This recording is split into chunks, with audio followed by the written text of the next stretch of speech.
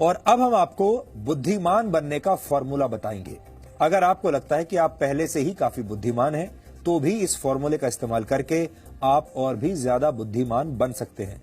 ये formula AIIMS के एक रिसर्च के जरिए सामने आया है और आपको जानकर आश्चर्य होगा कि एम्स की एक डॉक्टर और आईआईटी के एक वैज्ञानिक ने कई वर्षों तक रिसर्च करने के बाद ये निष्कर्ष निकाला है कि हर रोज कुछ समय तक लगातार गायत्री मंत्र पढ़कर बौद्धिक क्षमता का अनंत विस्तार किया जा सकता है, यानी अपने दिमाग की ताकत को बढ़ाया जा सकता है। ये संभव है। एम्स ने अपनी रिसर्च में एमआरआई के जरिए दिमाग की सक्रियता की जांच करके इस बात की पुष्टि की है कि गायत्री मंत्र पढ़ने से दिमाग की शक्ति का विस्तार होता है। गायत्री मंत्र ऋग्वेद के 3 मंडल के 62वें सूक्त में मौजूद 10वां श्लोक है। ये हजारों वर्ष पुराना वैदिक मंत्र है, जिसकी रचना त्रेता युग में ऋषि विश्वामित्र ने की थी। इस मंत्र में ईश्वर का ध्यान करते हुए ये प्रार्थना की गई है कि ईश्वर हमें प्रकाश दिखाए और सच्चाई की तरफ ले जाए। वेदों पर रिसर्च करने वाले भारत और दुनिया के बहुत सारे विद्वानों ने गायत्री मंत्र को ऋग्वेद के सबसे प्रभावशाली मंत्रों में से एक माना है। हमारे देश में सदियों से लोगों के बीच ये मान्यता है कि विद्यार्थियों को गायत्री मंत्र का पाठ करना चाहिए, क्योंकि इससे दिमाग तेज होता है। गायत्री मंत्र पर एम्स की रिसर्च भी यही पुष्टि कर रही है। एम्स वर्ष 1998 से गायत्री मंत्र पर रिसर्च कर रहा है। सबसे पहले एम्स के डॉक्टर्स ने 25 से 30 वर्ष के पुरुषों पर यह प्रयोग किया था और 9 महीने तक ये रिसर्च की गई और इसके बाद 5 वर्षों तक इसके डेटा का अध्ययन किया गया। इसके तहत दिमाग के आगे के हिस्से में होने वाले बदलावों का अध्ययन किया गया। दिमाग के इस हिस्से को प्रीफ्रंटल कॉर्टेक्स कहा जाता है। इस हिस्से का काम है योजनाएं बनाना, समस्याओं का समाधान करना और जागरूक रहना। इस रिसर्च के लिए लोगों को 2 ग्रुप्स में बांट दिया गया था। पहले ग्रुप ने 3 महीनों तक हर रोज 108 बार गायत्री मंत्र का मन में पाठ किया और दूसरे ग्रुप ने गायत्री मंत्र का पाठ नहीं किया। जो लोग गायत्री मंत्र का पाठ कर रहे थे, उनके शरीर में खुशी के वक्त पैदा होने वाले केमिकल्स तेजी से बढ़ने लगे। इसी तरह का एक केमिकल है गाबा। इस केमिकल के कम होने पर नींद नहीं आती और डिप्रेशन जैसी बीमारियां होती हैं। लेकिन गायत्री मंत्र का पाठ करने से दूसरे ही हफ्ते में शरीर में गाबा केमिकल तेजी से बढ़ने लगा और दिमाग में सक्रियता बढ़ाने वाले केमिकल्स की मात्रा भी पहले के मुकाबले अधिक हो गई। 5 हफ्तों तक किए गए एमआरआई यानी मैग्नेटिक रेजोनेंस इमेजिंग की मदद से ये नतीजा निकला कि जिन लोगों ने गायत्री मंत्र का पाठ किया था, उनका दिमाग बहुत शांत और जागृत हो चुका था। अपने इस शुरुआती रिसर्च में निष्कर्ष निकालते हुए एम्स की तरफ से कहा गया कि गायत्री मंत्र के माध्यम से इंसान की बौद्धिक क्षमता में अनंत विस्तार किया जा सकता है। एम्स का यह शोध अब भी जारी है और इस पर एक विस्तृत रिपोर्ट अंतर्राष्ट्रीय स्तर पर प्रकाशित की जाएगी।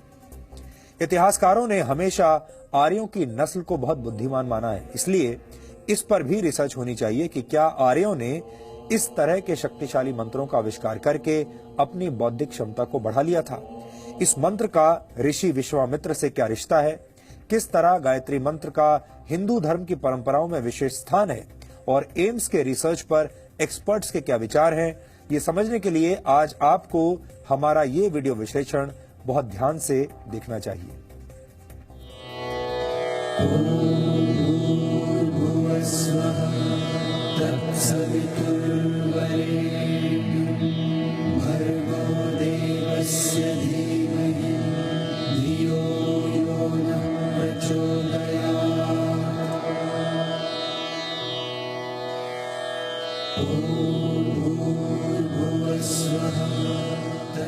गायत्री मंत्र भारत के महान ऋषियों की तपस्या का फल है। हिंदू धर्म में कोई भी पूजा बिना गायत्री मंत्र का पाठ किए संपन्न नहीं होती।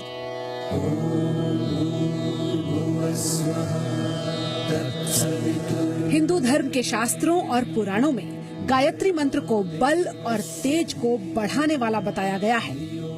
यही बात all India institute of medical science ने अपनी रिसर्च में कही है। माना जाता है कि इस मंत्र का उच्चारण दिमाग को शांत करता है और ये शांति बेवजह नहीं है।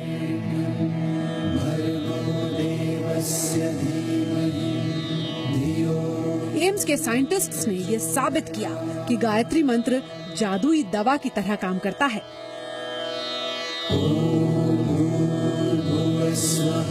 रिसर्च के मुताबिक अगर नियम बनाकर गायत्री मंत्र का उच्चारण किया जाए तो ये दिमाग की चेतना को सीमाओं से परे ले जाकर जगा सकता है।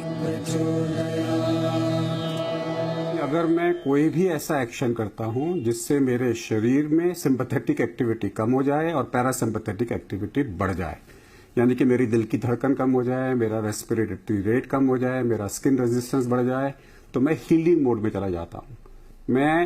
आई get connected to my consciousness. उससे मेरे शरीर के अंदर में जो दवाई मांगूंगा मैं वो पैदा होती है। That is called parasympathetic state of mind. और अगर मैं बिल्कुल इतना ज्यादा एब्जॉर्ब हो जाऊं कि मैं टाइम भूल जाऊं कि मेरे पास मैं कहां पर हूं, तो मैं चौथी स्टेज ऑफ कॉन्शियसनेस में चला जाता हूं, जिसे शास्त्रों में तुरिया स्टेज ऑफ कॉन्शियसनेस कहा जाता है।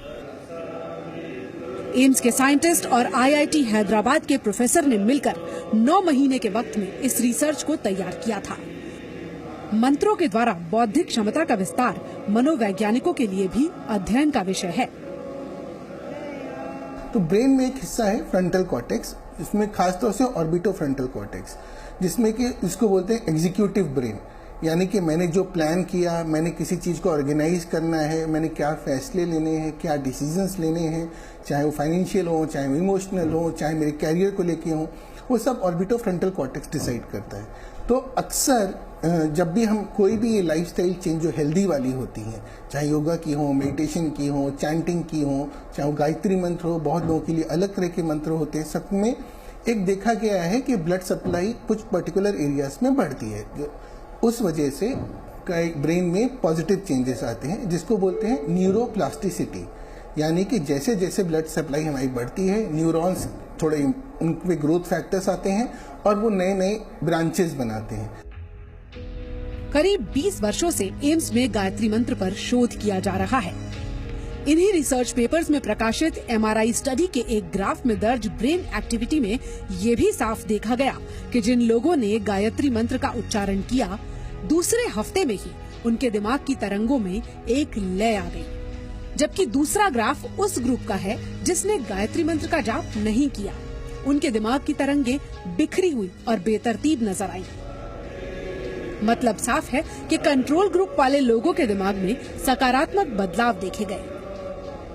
ऐसे लोग भी मौजूद हैं जो गायत्री मंत्र से सेहत पर अच्छे प्रभावों का दावा करते हैं। तो मेरा धीरे धीरे पढ़ाई पे ध्यान आकर्षित हुआ। बाकी हर जगह से, जितने गलत जगह पे थे उस सब जगह से अपना कंसंट्रेशन ठीक कर पाया मैं। ओम भूर्भुवः स्वः। गायत्री मंत्र की रचना ऋषि विश्वामित्र ने की थी।